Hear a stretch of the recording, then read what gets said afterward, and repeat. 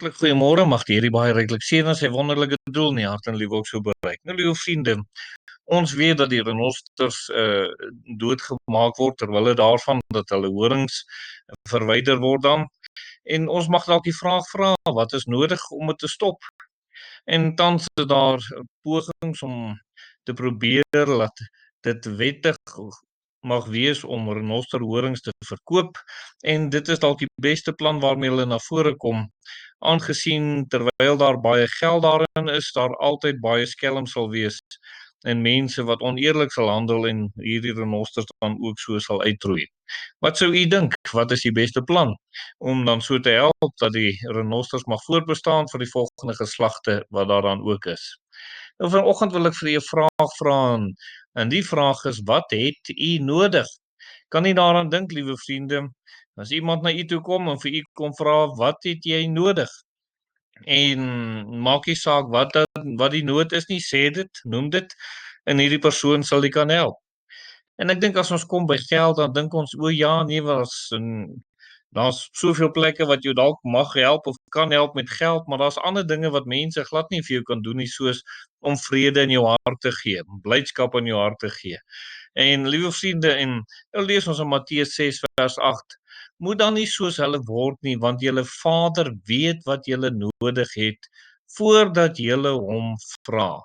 Hier is nou 'n wonderlike saak, dat die Here weet wat u nodig het. Partykeer, liewe vriende, wil ons dinge van die Here vra wat ons nog nie so seer nodig het nie, maar net graag wil hê. Ons mag dit ook doen. Maar liewe vriende, ons moet sekerlik weet die Here weet presies wat ons nodig het. En daarom, wanneer ons sy woord lees, wanneer ons opgaan na die huis van die Here, wanneer ons in gebed verkeer, dat die Here sekerlik sal hoor en vir ons sal lei.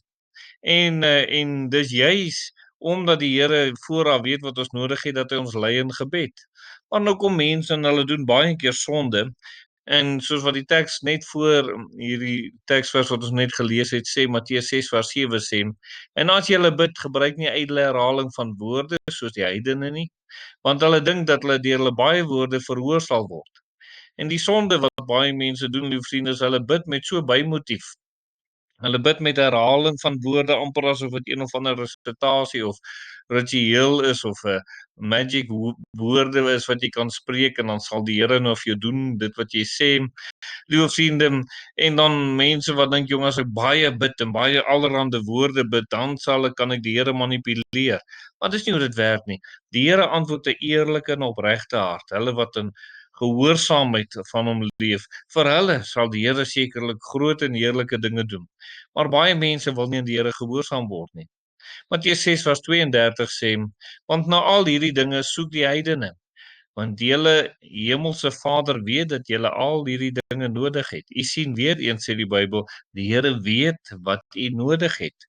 En daarom kan u sekerlik, moet u nie soos die wêreld wees om wêreldse dinge na te jaag en te soek nie. U moet daarna jaag om die koninkryk van God te soek en sy geregtigheid, om die verhouding met die Here reg te hou en wanneer dit u prioriteit is, wanneer God eerste in u lewe is en die een is waaroor u lewe draai, weet jy wat gebeur? Die Here voorsien in al die nood en behoeftes. U kan die Here kom vertrou. Filippense 4 vers 6 en 7 sê, wees oor niks besorg nie, maar laat julle begeertes en alles deur gebed en smeking met danksegging bekend word by God. En die vrede van God, wat alle verstand te bowe gaan, sal julle hart en julle sinne bewaar in Christus Jesus.